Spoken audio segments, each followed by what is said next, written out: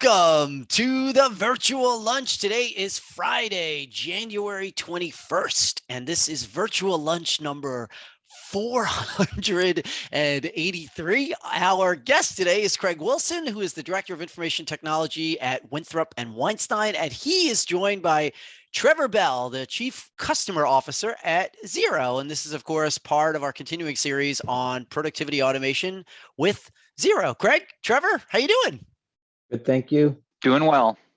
Craig, tell us about your background, your role at Winthrop and Weinstine. Well, I have actually been here for 25 years. I have a unique situation where myself and the CFO both started 25 years ago. So that really helps out our firm and the way we move forward with innovating. I always wondered when companies, when they hire CIOs every 2 or 3 years, it puts not only the IT department through a strain, but also actually the firm or company or whatever. So it's a privilege to work at Winthrop. During that phase, in charge of IT the entire time. Also, I was in charge of litigation, but we're a white glove effect firm. So we handle everything from A to Z for the attorneys and staff. The other part of our firm is we're a little unique is that we're 100% virtualized. So that's on our desktops and our servers.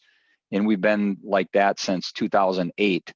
Actually, during this pandemic, it went to the phase of we came in on a Saturday, my team did, and Monday morning, all the legal assistants picked up 2 monitors and a Xero device and brought it home, and everybody was working at home. So it was a really easy process for this pandemic.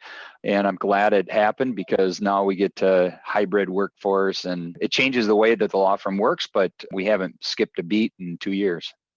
Trevor, I'd love to get you in on this for a second, only because he talked about taking some monitors, a Xero device. Tell us a little bit about your background. I'm always curious about what's the primary objective of a technology company's chief customer officer. So really, it's the same as anybody in customer service, or really should be. And that's to delight our customers with every experience or interaction that they have with us. So my objective is to really make sure that takes place. That's why I really enjoy working with people like Craig, because Craig and my mindsets are really similar in that sense, right? Craig does it for his lawyers. We try to do it for Craig, and ultimately trying to ensure that my team, and myself included, become an extension of that IT group or that operations team within that law firm or corporate environment. My job here at Xero is to ensure that I have all of those facets covered. So wherever we touch a client, wherever we touch a customer, whether it's a partner, an LAA, an IT person, a CIO, we want to make sure that that experience is delightful. Whether it's a support ticket, which is never enjoyable because that means they're generally raising a concern or a problem, making sure that they come out of that back end of that experience enjoying it. So that's really what Chief Customer Officer is all about. To me, the number one thing in a company is that they're all in tune together. And that's going from the account rep up to the CEO. And I really try to partner with companies that are like that. Obviously, I need to look for a product that will work within our firm and will help us innovate and keep us ahead of everyone. But to me, that's where I'm looking for on a company. The hardest part is that the vendor that comes in, I really feel that the account person, my account rep or whatever their name is, they really have to be sold on the company that they're working for. I get so many account people that they just want to make that one sale, and I could list off 6, 7 vendors. We have 125 different software applications.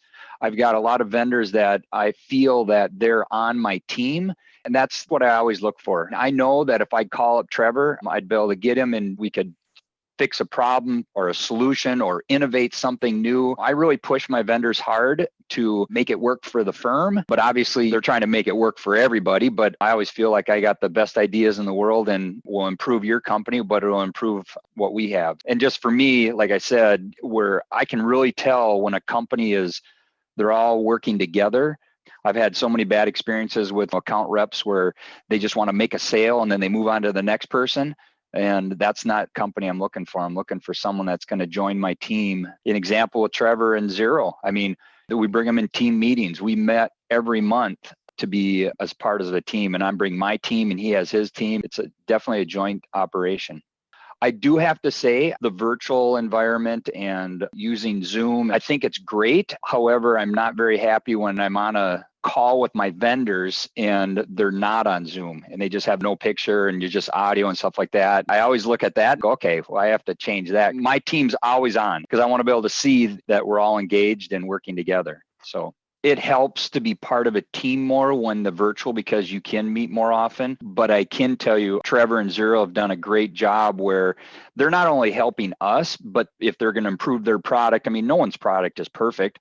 And when they're improving their product, we actually have them go and talk with our end users on how they're working, because people can create a product, but then you get to the end users and it's totally different. I mean, it's the way they use it. The IT uses it one certain way, but it's the end user. And ultimately, that's what we're trying to achieve, is that end user. That's what I try to do through the whole process when I go with a vendor, is that, yeah, you get to deal with the IT first, you get security, you get, okay, does it work within our environment and everything else? But then the ultimate goal is, does it work for the end user? I can tell you right now, we're in the middle of a pilot. We're on the 3rd month of this pilot.